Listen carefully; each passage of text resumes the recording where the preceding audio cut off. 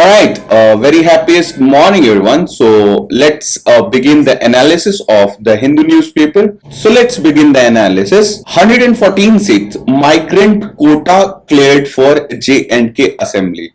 Once again, let's read this sub-pointer. Lok Sabha passes bill. Amit Shah says reservation of seats for those displaced in 1990s will ensure that voice of the community is heard loud and clear in the new house. 9 seats are reserved for the STs. STs के लिए पहली दफा reserve किया गया. It also empowers Lieutenant Governor to nominate 3 members to the assembly, 2 members from the Kashmiri migrant.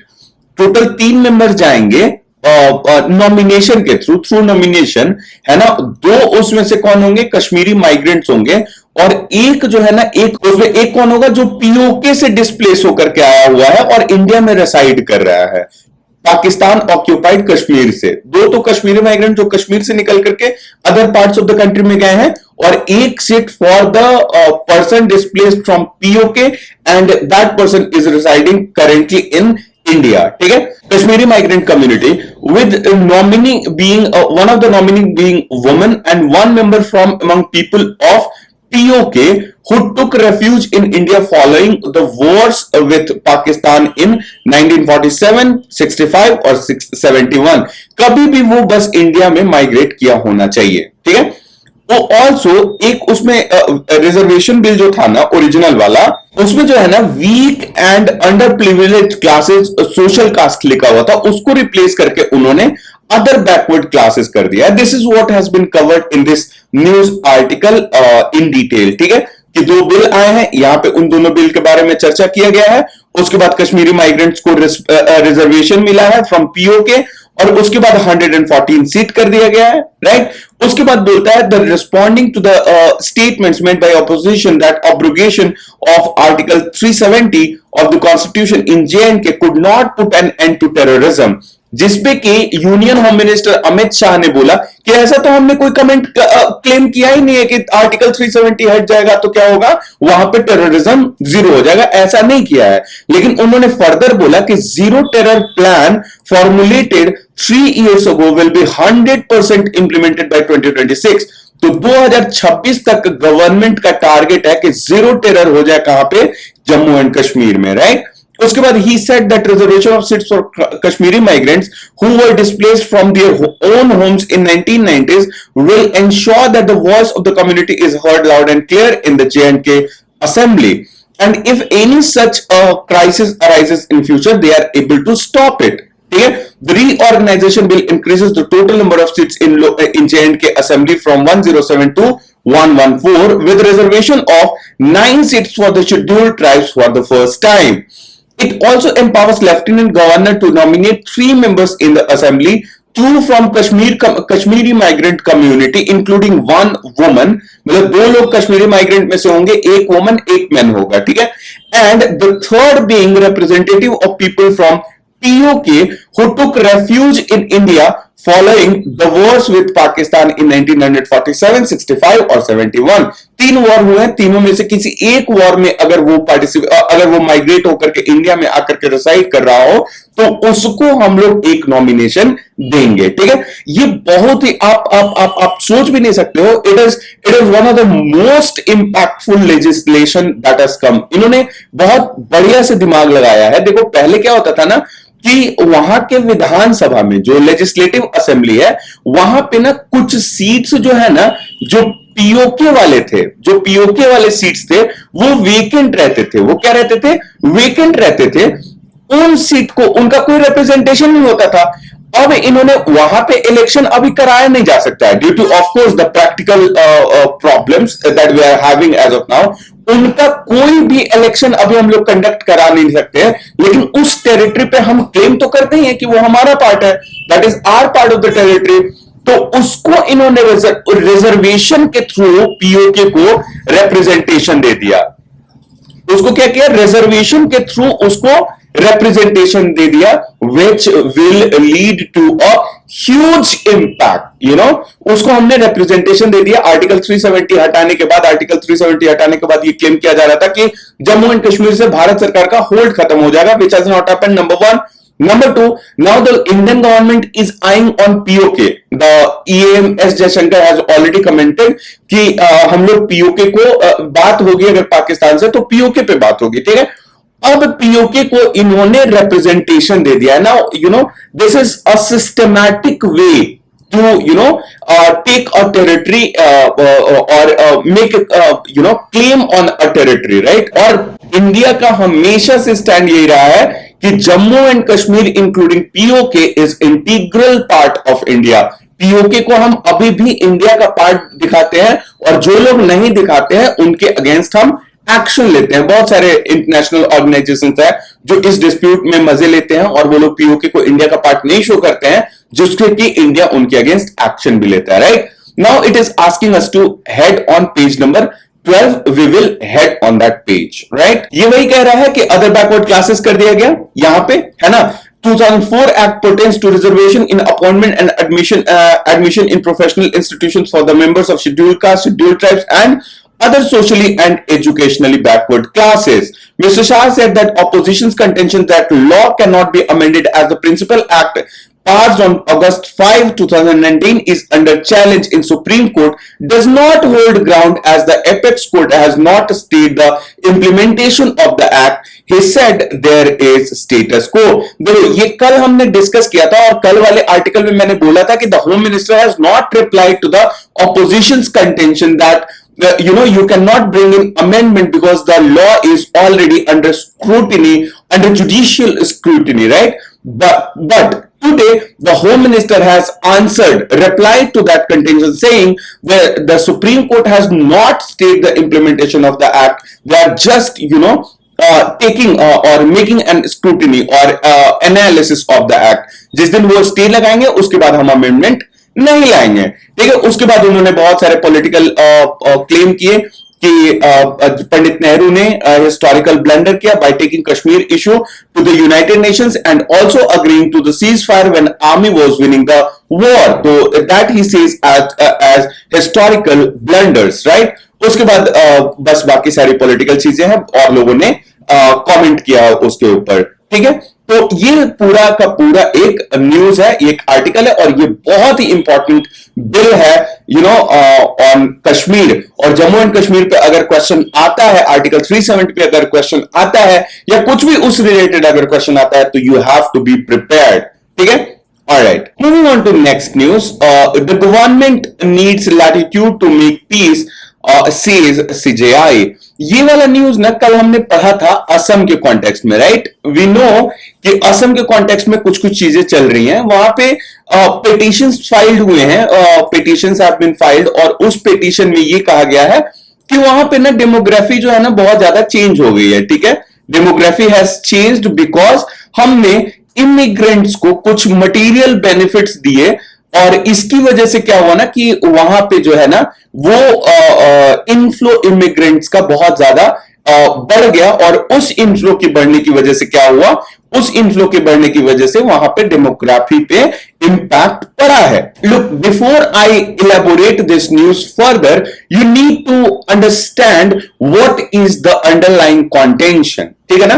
Contention एक बार ही समझ जाओगे तो ये न्यूज आर्टिकल समझने में आपको प्रॉब्लम नहीं होगी। अगर कंटेंशन नहीं समझोगे न्यूज आर्टिकल नहीं समझ पाओगे। देखो होता क्या है ना, जो हमारा आर्टिकल्स है, आर्टिकल 5 to 11 उसका आपको पूरा समझ होना चाहिए। सबसे पहली बात, उसको जब समझोगे ना तो वहां पे मतलब सिटीजनशिप का ना कुछ प्रोविजंस है जो कि बहुत ही सिंपल और डायरेक्ट है और वो प्रोविजन ना एंटायर कंट्री में लागू होता है। अब दूसरा क्या है कि असम में 1985 में असम एकॉर्ड साइन हुआ था और वो असम एकॉर्ड साइन हुआ था ट्राइपार्टाइट और किसके किसके बीच में वो साइन हुआ था, government of India, government of Assam और उसके बाद एक आसू, ऑल असम स्टूडेंट्स यूनियन, इनके बीच में वो एकॉर्ड साइन हुआ था। और उस अकॉर्ड में बोला यह गया था कि डेट कुछ निर्धारित किया गया था, 1 जनवरी 1966। ध्यान से सुनना, ज्यादा डेट नहीं है लेकिन सुन करके लगता है कि बहुत ज्यादा डेट है।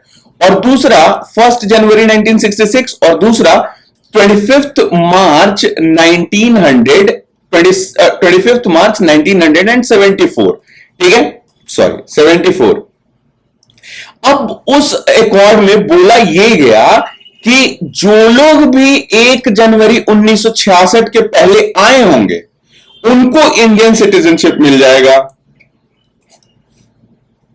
उसके बाद बोला गया कि 1966 से लेकर के 1 जनवरी 1966 से लेकर के 25 मार्च 1974 तक जो लोग इंडिया में मतलब असम में आए होंगे उनको इंडियन सिटीजनशिप तो मिलेगी, इंडियन सिटीजनशिप तो मिलेगी, लेकिन उनको वोटिंग राइट्स नहीं मिलेगा।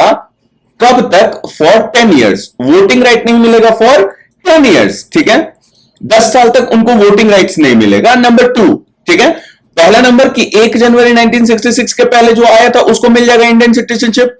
दूसरा है कि 1 जनवरी 1966 से लेकर के 25 मार्च 1974 तक जो आए होंगे उनको इंडियन सिटीजनशिप मिलेगा बट नो वोटिंग राइट, है ना। और उसके बाद अगर 25 मार्च 1974 के बाद कोई आया है, इसके बाद आया है, those persons will be expelled, those persons will be expelled from the country, ठीक है।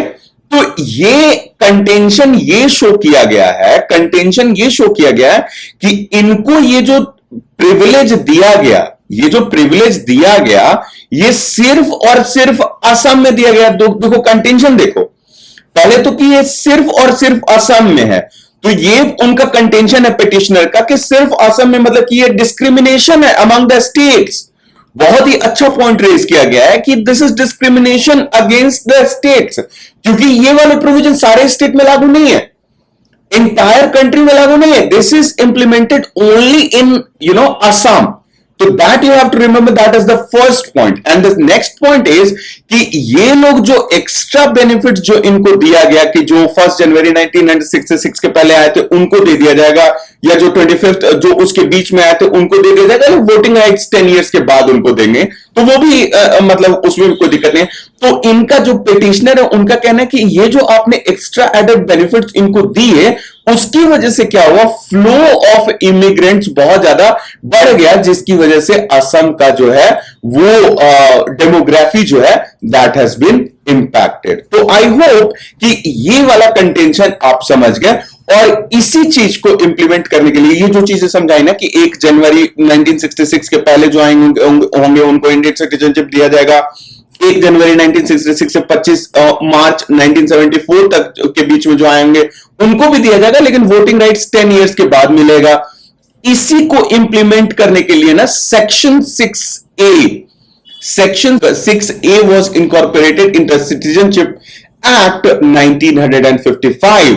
तो ये जो सिटीजनशिप एक्ट 1965 में ये जो सेक्शन 6A इंसर्ट किया गया है उसी के ऊपर ये लोग कॉन्स्टिट्यूशनल इंफॉर्मिटी चेक कर रहे हैं। ये जो सीजेआई का बेंच है, CJI chief justice of India DY Chandrachud, वही उन्हीं का बेंच है, वो बेंच इस इशू को चेक कर रहा है, ठीक है। तो अब हम लोग क्या करते हैं, अब हम लोग थोड़ा सा न्यूज देख लेते हैं कि न्यूज में क्या है। तो इस न्यूज में the CJI has claimed that noting that government should give a leeway if compromise is necessary to save the nation. Chief Justice of India D.Y. Chandrachud said on Wednesday that the Assam Accord of 1985 and the new citizenship regime which followed in its wake might have been an adjustment reached by the Rajiv Gandhi government to calm the waves of violent anti-immigrant protests that rolled over northeastern state for years and threatened the national peace. इन्होंने actually government को, the then Rajiv Gandhi government को defend करते हुए कहा है कि ये government का एक तरीका होगा टू रीच अ कॉम्प्रोमाइज, और गवर्नमेंट को इनके हिसाब से इतना लीवे देना बनता है। इतना लीवे अगर आप नहीं दोगे गवर्नमेंट को तो फिर प्रॉब्लम होगी, ट्रूस पे इंसान पहुंच ही नहीं पाएगा गवर्नमेंट पे, और वो नेशनल पीस के लिए बहुत इंपॉर्टेंट है ट्रूस पे अराइव करना, राइट। तो उसी को उन्होंने बोला है। अब आगे उन्हीं का स्टेटमेंट को कोट किया हुआ, you must give leave to give the government that latitude. Even today there are states in the northeast affected by insurgency and violent.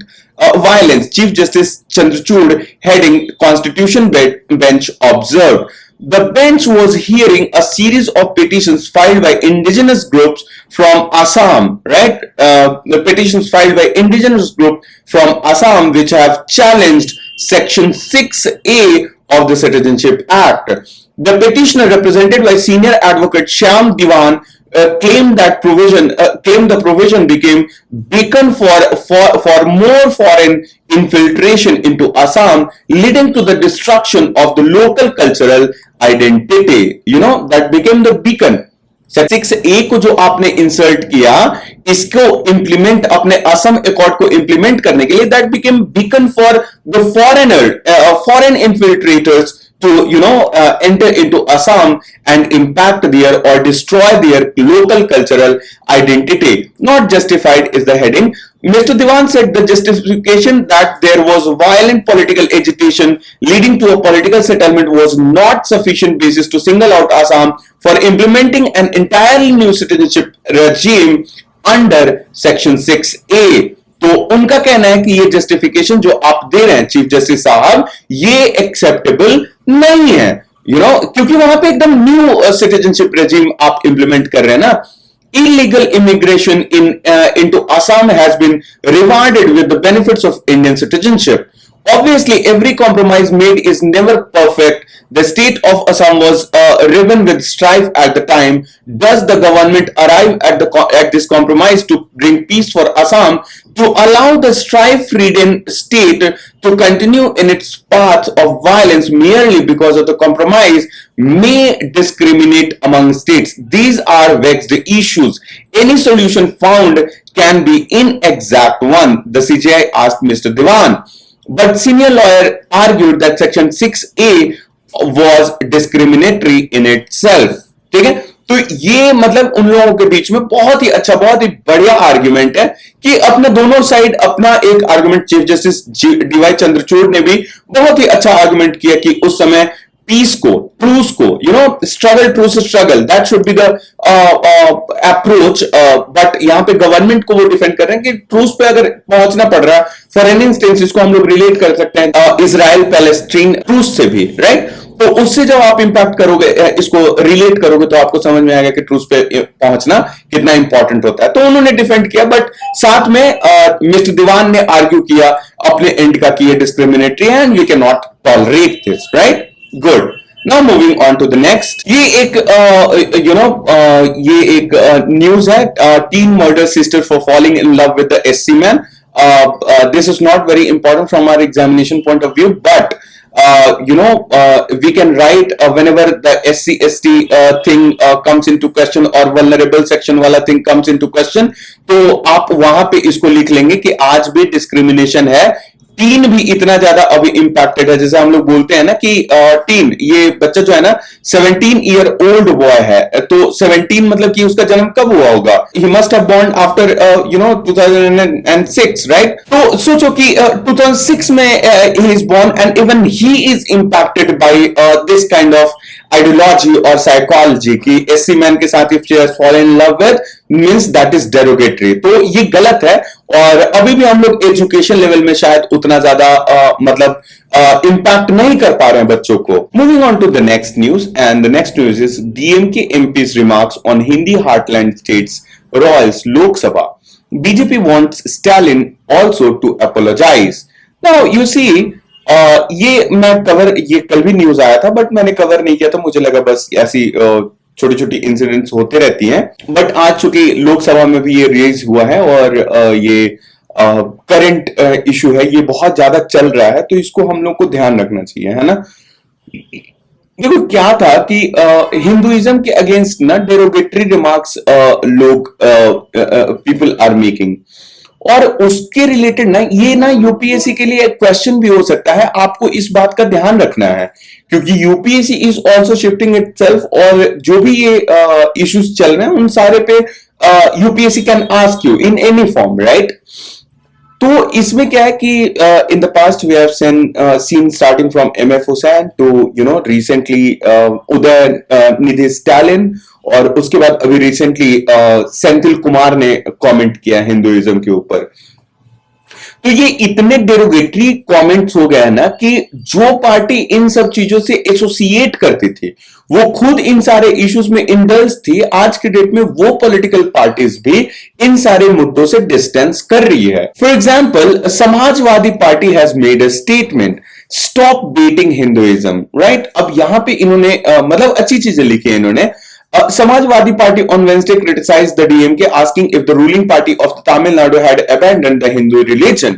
है ना, उनसे पूछा है उन्होंने, those who do not like Hinduism and its symbols should accept Buddhism or any other religion for that matter, but stop criticizing Hinduism, the party said.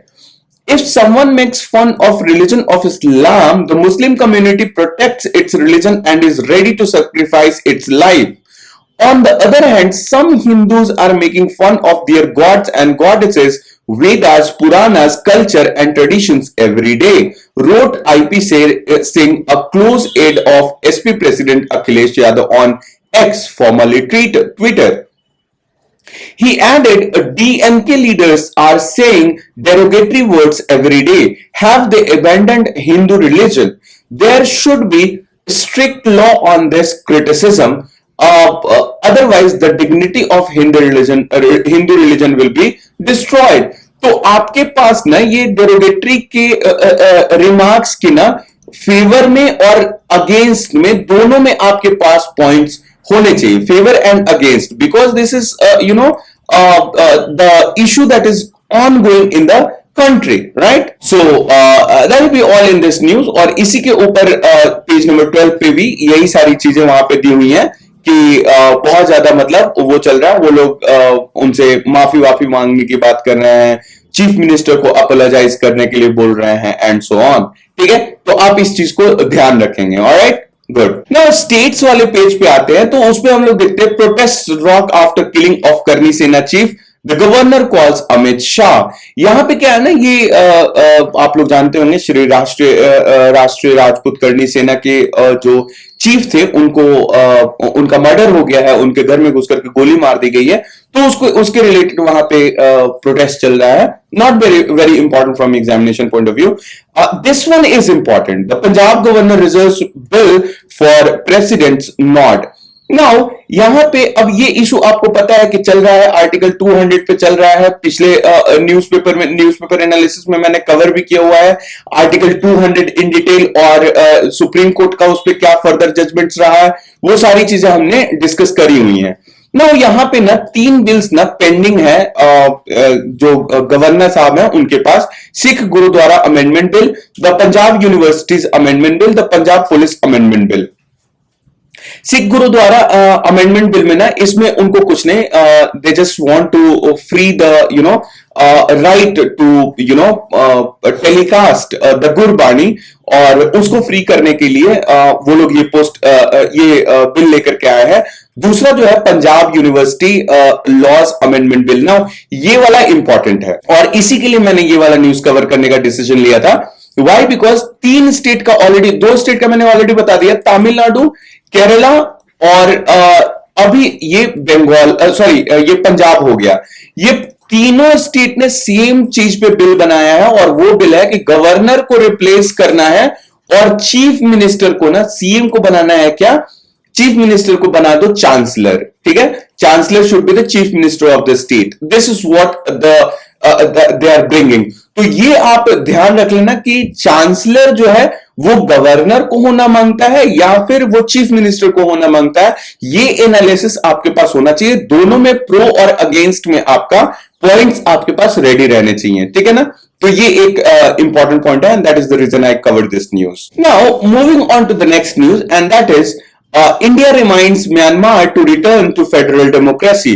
Federal democracy पे return करने के लिए, वहां पे हम लोग जानते हैं कि जो डेमोक्रेसी को प्रमोट करते हैं, डेमोक्रेसी सीख करते हैं, और एक जनता गवर्नमेंट जो कि मिलिट्री गवर्नमेंट है, तो इन दोनों के बीच में बहुत ज्यादा कॉन्फ्लिक्ट चल रहा है, और बहुत सारे जगह पे ना ये डेमोक्रेसी के प्रोमोटर्स जो है, उन्होंने जनता गवर्नमेंट को पुश बैक कर दिया है, और अभी जो है ना, वहां से बहुत सारे जो माइग्रेंट्स है वो इंडिया में रेफ्यूज ले रहे हैं। तो इसी के ऊपर जो डेलीगेशन है म्यांमार का, उनके साथ मीटिंग हुई है फॉरेन मिनिस्ट्री की, और उन्होंने बोला है कि आप जो है आप फेडरल डेमोक्रेसी की तरफ मूव करो and that will be better actually. तो that is all that has been covered in this news, nothing much. Now ये भी एक इंपॉर्टेंट न्यूज है. Panel working on guidelines on seizures of personal digital devices, centre tells the Supreme court.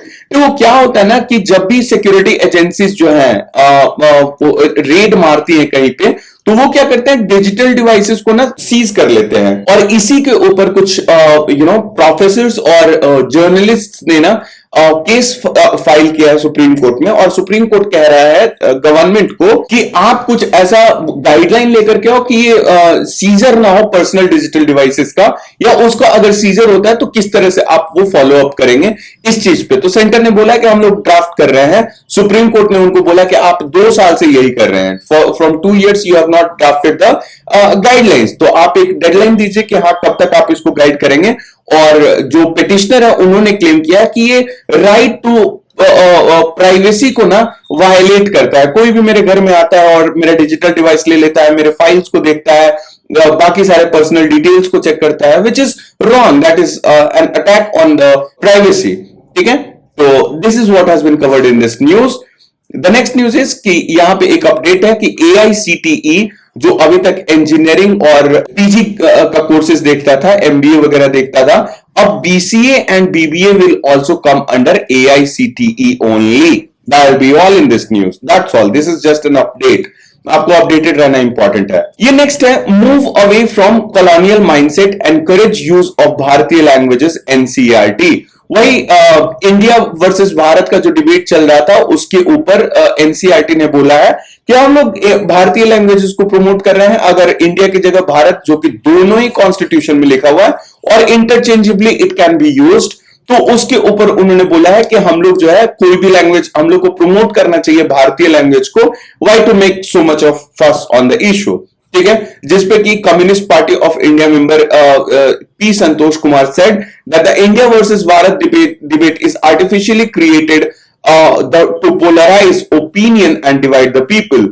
उनका ये claim है कि इससे लोग जो है डिवाइड होंगे. ठीक है, alright, so that'll be all in today's newspaper analysis. That'll be all. Thank you so very much everyone for joining me. See you in the next newspaper analysis. Thank you.